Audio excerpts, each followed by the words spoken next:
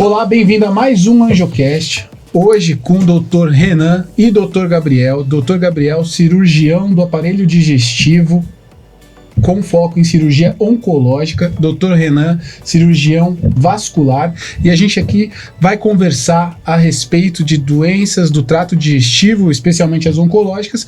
E quero começar agradecendo vocês dois pela presença. Muito obrigado hoje terem disponibilizado seu tempo para vir aqui conversar com a galera, falar a respeito de doenças oncológicas. E quero começar já abrindo, falando com você, doutor.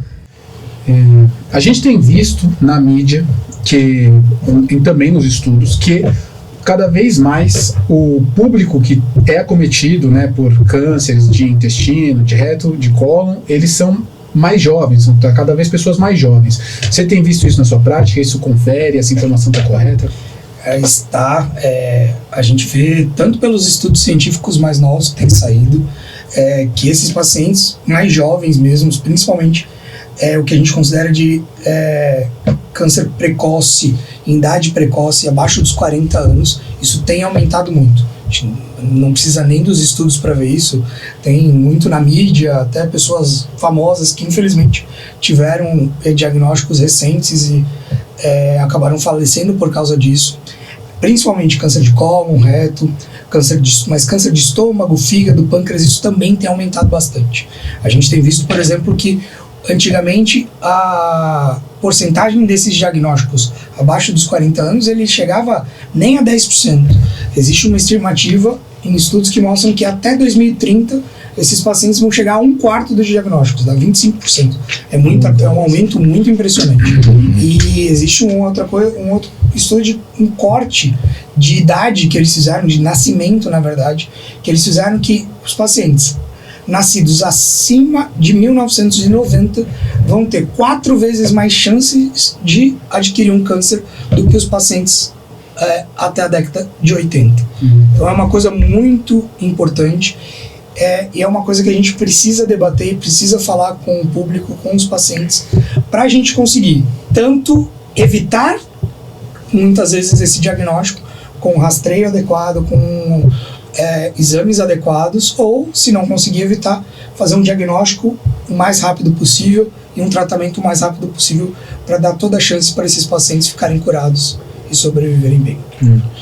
E eu vou falar para vocês que eu acho que isso não é nem só na rotina do cirurgião oncológico, mesmo no consultório, não lidando diretamente com o tratamento do câncer. Essa semana mesmo, tive uma paciente de 30 anos, estava programando de fazer uma cirurgia para correção de varizes, precisou pausar esse tratamento, porque descobriu um tumor de colo. Não tinha nenhum antecedente na família, uma paciente magra, e com 30 anos descobriu esse tumor, precisou pausar esse tratamento para fazer, né, a prioridade que era o tratamento do tumor de colo, e hoje está bem, voltou no consultório para me contar, falou: doutor, sumi porque minha vida virou do avesso, e aí eu precisei dar prioridade para essa parte, e agora ela está bem e voltou. Então, acho que a gente vê isso na nossa rotina, não só no cirurgião oncológico, mas acredito que outros médicos também têm visto essa mudança do padrão. Estejam percebendo que cada vez mais E você acredita que tem existe algum... Eles colocam nos artigos por que está aumentando a incidência desse tipo de câncer em pessoas mais jovens? Os fatores de risco que a gente tem são aqueles fatores de risco em geral. Eles normalmente são divididos tanto em fatores modificáveis, que são aquela parte, infelizmente, de hábitos de vida, que é dieta com alimentos ultraprocessados, bebidas principalmente com aqueles adoçantes industriais, o tabagismo, obesidade, sedentarismo, tudo isso, infelizmente, é um fator de risco que aumenta, e a gente vê que claramente aumenta todos os diagnósticos de câncer, alguns mais específicos que os outros, e os outros fatores que são os não modificáveis são uma coisa mais rara, que são aquelas síndromes genéticas que a gente tem nos pacientes, que aí entra principalmente os pacientes mais jovens, ou aquelas outras doenças inflamatórias, no caso do câncer de cólon, doença inflamatória intestinal, que aumenta o risco de doença. Mas são fatores que a gente precisa ficar muito atento. Muito interessante, interessante. Quero aproveitar e fazer uma pergunta para o Gabriel também. A gente viu, né, que está tendo esse aumento dos casos, e na vascular sempre vai surgindo algumas novidades, a gente fica de olho, né? Na sua área, Gabriel, o que você vê, assim, com esse aumento de casos? O que a gente tem de novos tratamentos, de novas tecnologias para os pacientes conseguirem vencer a doença e se sobressair? Então, dessa parte de novidade de tratamento focado principalmente na minha parte de cirurgia, o que a gente vê hoje em dia são as técnicas minimamente invasivas que a gente chama, que a gente consegue evitar aqueles cortes gigantes que muitas vezes, em alguns casos, a gente ainda precisa fazer, mas que causam mais dor, mais demora na recuperação, mais tempo de internação, maiores riscos de complicações de pneumonia, porque o paciente não respira direito, outras infecções que podem ter pelo paciente ficar mais tempo internado. Essas cirurgias que são o que a gente fala que é a cirurgia por vídeo, que é a videolaparoscopia, ou a cirurgia robótica. São os métodos que a gente faz. Alguns cortezinhos, normalmente 5, 6 cortezinhos no abdômen, e um corte um pouco maior só para fazer a retirada do produto da cirurgia, da retirada do órgão que a gente for ter operado. Mas a gente vê que essas cirurgias, a recuperação é muito mais rápida, porque são cortes menores, diminui o risco de todas essas infecções, diminui o tempo de internação, e essas técnicas têm algumas diferenças. O robô é uma tecnologia mais nova, que infelizmente a gente não tem em muitos lugares, mas ainda bem aqui em Santos a gente tem disponível para a gente conseguir fazer esses procedimentos, e ele dá benefícios ainda maiores do que a vídeo, porque diminui ainda mais o risco da gente precisar converter para aquele método antigo do corte, por conta das pinças que são mais avançadas, com articulação.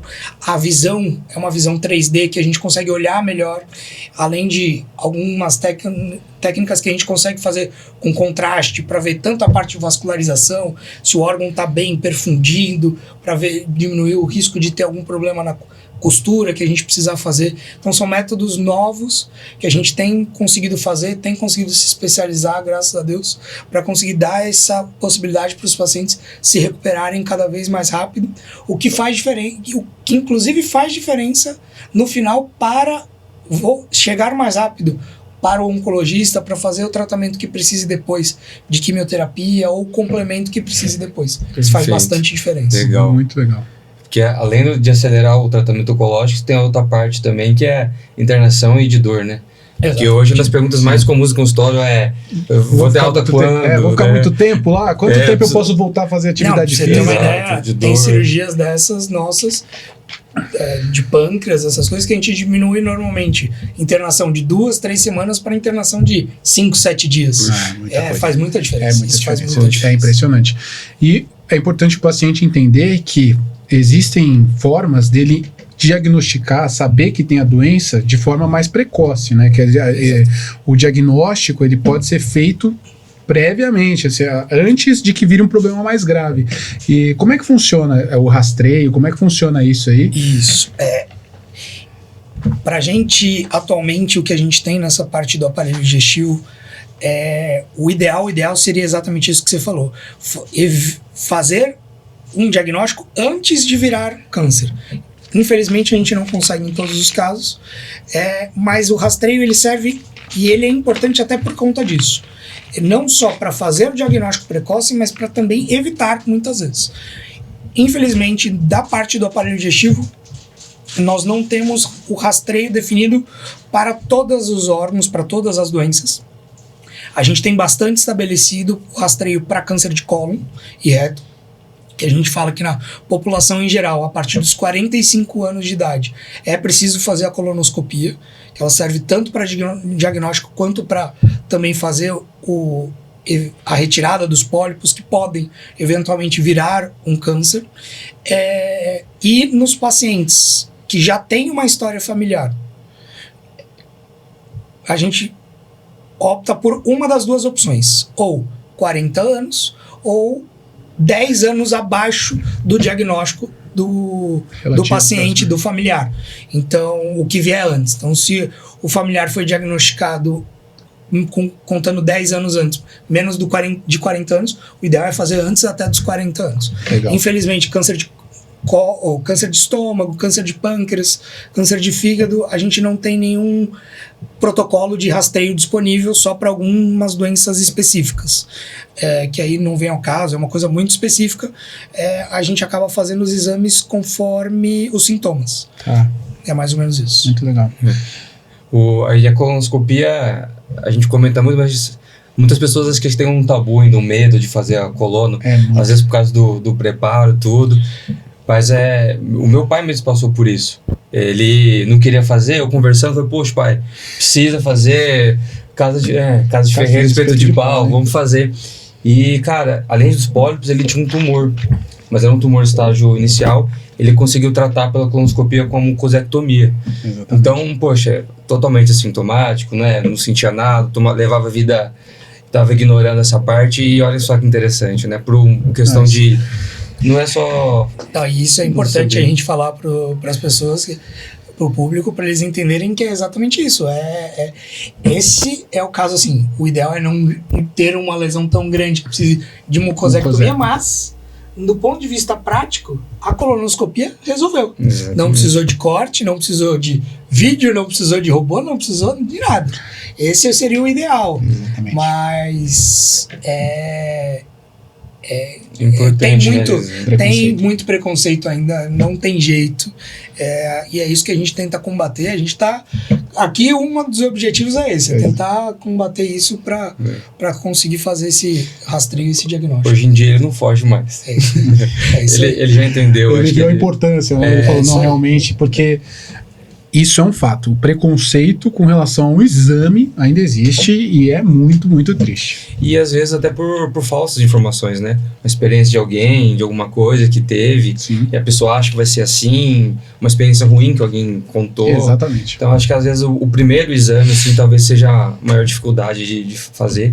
Depois, entendendo a importância, acho que fica mais fácil. Faz mais fácil mesmo.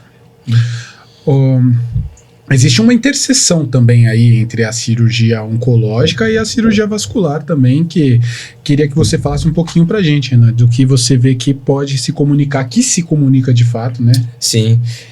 Uma das coisas da cirurgia vascular é que ela acaba tendo relações com diversas áreas. A oncologia não ia ser diferente, né? Eu vejo na rotina, né, principais 3 situações, assim.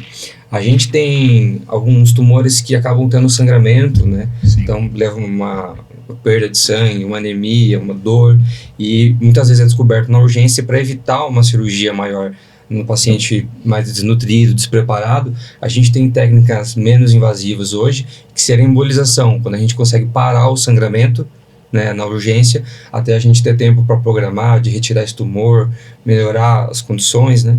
A gente tem também outras situações que são as tromboses, e é engraçado que muitas vezes os pacientes abrem os sintomas do câncer com a trombose. Então, alguns cânceres levam o paciente a ter trombose. É verdade. Isso é muito interessante. A gente tem as tromboses durante todo o tratamento, até período pré-operatório, então muitas vezes o vascular está junto ali, fala, olha, quais são as medidas para a gente evitar a trombose, cuidar. E uma outra que é bem rotineira também é após a cirurgia, né? Porque muitas vezes a cirurgia ela é um grande passo para o tratamento, mas aí quando a gente vai analisar o estágio, né, da doença, a gente precisa continuar o tratamento fazendo a quimioterapia. E os pacientes sofrem demais, pegando veia, algumas medicações que irritam a circulação. E aí o vascular entra nessa parte, ajudando, colocando um catéter abaixo da pele, que aí não precisa ficar furando toda vez que fazer quimioterapia, né? Puta, muda muita qualidade, né, de vida para quem tá fazendo a quimioterapia. Isso parece um detalhe pequeno, mas assim, de quem já passou por isso sabe a diferença que faz você ter um cateter para poder fazer a quimioterapia, cuidar isso.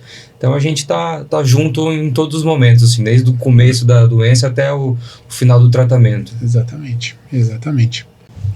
Com relação à cirurgia por vídeo ou à cirurgia robótica que você faz, né, doutor? Eu queria te perguntar o seguinte: quando o paciente vai fazer, eles têm muito medo. Vai ser entubado realmente? Precisa ser entubado para fazer essa cirurgia? Precisa, até para o conforto do paciente. Essas 2 cirurgias a gente precisa, como a gente faz com cortezinhos pequenos, a gente entra com a câmera lá dentro e as pinças são pequenas e tudo isso, a gente precisa de espaço para operar. Para ter esse espaço, a gente enche a barriga de gás. Imagina o paciente acordado com a barriga cheia de gás, a gente mexendo lá dentro. Eu costumo falar sempre isso, vai dormir, vai descansar, vai ser entubado, vai tomar anestesia geral, mas é pro conforto, é para fazer um conforto melhor, para ter uma recuperação melhor depois, mas precisa ser entubado. Um dos grandes questionamentos com relação à colonoscopia é que existe o risco de perfuração e os pacientes têm medo disso também, além da questão do preconceito que a gente tinha dito. Isso pode acontecer? Acontece com muita frequência? Não, graças a Deus não acontece com muita frequência a questão de perfuração. A gente costuma falar que todo procedimento tem suas complicações, infelizmente. Nenhum procedimento, do mesmo jeito que a gente falou das cirurgias, que existem a chance de conversão para os outros para o método tradicional aberto. A colonoscopia também existe, mas assim, é um risco muito, muito, muito pequeno. Normalmente são quando precisa fazer um procedimento mais invasivo, tipo a ressecção da mucosectomia que o Renan comentou agora há pouco, e normalmente o colonoscopista ele avalia isso, avalia a indicação de fazer esses procedimentos mais invasivos, e normalmente quando tem um caso desses, eles preferem fazer em um ambiente hospitalar ou pelo menos com uma retaguarda de encaminhamento para o hospital mais direta, com o cirurgião, com tudo isso. Normalmente é uma coisa mais resguardada, é uma coisa muito tranquila. Tá bom. Uma última pergunta. Todo câncer de colo é igual à cirurgia? Não. Depende, do mesmo jeito que a gente falou que às vezes com a colonoscopia já resolve, a cirurgia também não é igual, não tem jeito. A gente tem tumores de cólon que são cirurgias simples, que o paciente vai embora rápido, a gente consegue fazer que nem nós falamos de cirurgia minimamente invasiva, mas também tem tumores grandes, tem tumores que às vezes invadem órgãos adjacentes, tumor, por exemplo, que pode pegar tumor no cólon, que é o intestino grosso, ele pode ser pegar tanto do lado direito quanto do lado esquerdo, do reto. Toda essa região em volta tem estruturas que passam ali perto. Se pegar alguma estrutura, isso aumenta a gravidade, aumenta a complexidade da cirurgia. Inclusive, muitas vezes a gente nem consegue fazer da forma minimamente invasiva. Precisa fazer a cirurgia do corte para conseguir fazer uma retirada adequada. Porque, e é o que eu sempre costumo dizer para os pacientes, a prioridade é a segurança oncológica. É a gente conseguir fazer a cirurgia com a retirada com margem de segurança, fazendo uma limpeza ali da região adequada para ter uma segurança que o paciente vai ter um risco baixo desse tumor voltar. Não adianta a gente pensar em fazer uma cirurgia pequena e acabar aumentando o risco de ficar doença ou dela voltar muito rápido. Metástase. O paciente tem uma metástase. Acabou? Não tem mais opção de cirurgia? Como é que funciona isso? Isso, graças a Deus, não é mais assim. Tem até uma questão de que no início da minha jornada, eu lembro de atender os pacientes nos primeiros anos da residência e que era exatamente isso. Às vezes vinha o paciente no pronto-socorro da cirurgia, a gente olhava, putz, já tem metástase, já encaminhava o paciente para o pronto-socorro da clínica médica porque a cirurgia não iria fazer nada. Aí, graças a Deus, a gente vai vendo, vai estudando, vai saindo estudos e a gente vê que hoje em dia não é assim. Na prática, a gente tem, por exemplo, um dos grandes casos são os tumores de cólon.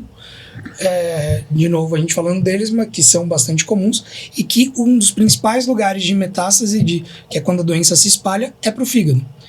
Antigamente a gente falava que não dava para operar, depois começou a se falar que de 2 até 3 nódulos dá para operar. Agora, hoje em dia, a gente sabe que independe do número de nódulos, a gente tem que manter um pedaço do fígado saudável, funcionante, mas ele cresce, então o paciente consegue viver bem sem um pedaço grande do fígado e a gente consegue fazer. Inclusive com a ajuda de vocês da cirurgia vascular, porque a gente consegue juntar a cirurgia com métodos que a gente chama de métodos ablativos. Você consegue fazer a embolização do tumor, que é como se fosse o cateterismo, para fazer queimar ali a região do nódulo, ou fazer uma punção mesmo do nódulo com ablação e queimar o nódulo. E aí vocês conseguem ajudar a gente bastante nessa parte. Isso. Hoje, com essas técnicas, a gente consegue diminuir, né, a quantidade de sangue que o tumor recebe, e com isso ele vai murchando, né, diminui sangramento intraoperatório, diminui o tamanho do tumor, e isso ajuda na hora de ressecar. Você acaba ressecando uma porção menor ali do fígado, ajudando a preservar ali. Então, essas técnicas têm cada vez mais ganhado espaço para auxiliar no tratamento do nosso paciente, né? É isso aí. Bom, muito obrigado pela presença de vocês dois aqui hoje, foi muito importante, acredito que tenha ajudado e vai ajudar muita gente que vai assistir isso aqui. Se você assistiu até aqui, não deixe de curtir, seguir o canal e também de ir nas redes sociais dos dois doutores aqui, Dr. Gabriel, Dr. Renan. A gente vai deixar aqui o link para vocês. E eles são ativos na rede social, deixa lá a pergunta para eles, porque eles vão responder. E se eles não responderem, joga na nossa rede social que a gente traz para vocês no próximo vídeo as respostas, convidando eles novamente se for preciso. Muito obrigado pela presença de todos aqui, muito obrigado, um abraço. A gente agradece, Ítalo, por oportunidade. E claro, sempre que o público tiver das dúvidas, ideias, pode ir mandando que a gente vai respondendo por aqui. Obrigado pela oportunidade, obrigado a todo mundo que assistiu até agora, e a gente está aqui para isso, para ajudar, para mostrar para o pessoal que tem um caminho a seguir, mesmo nesses casos mais difíceis, e a gente está aqui para ajudar todo mundo.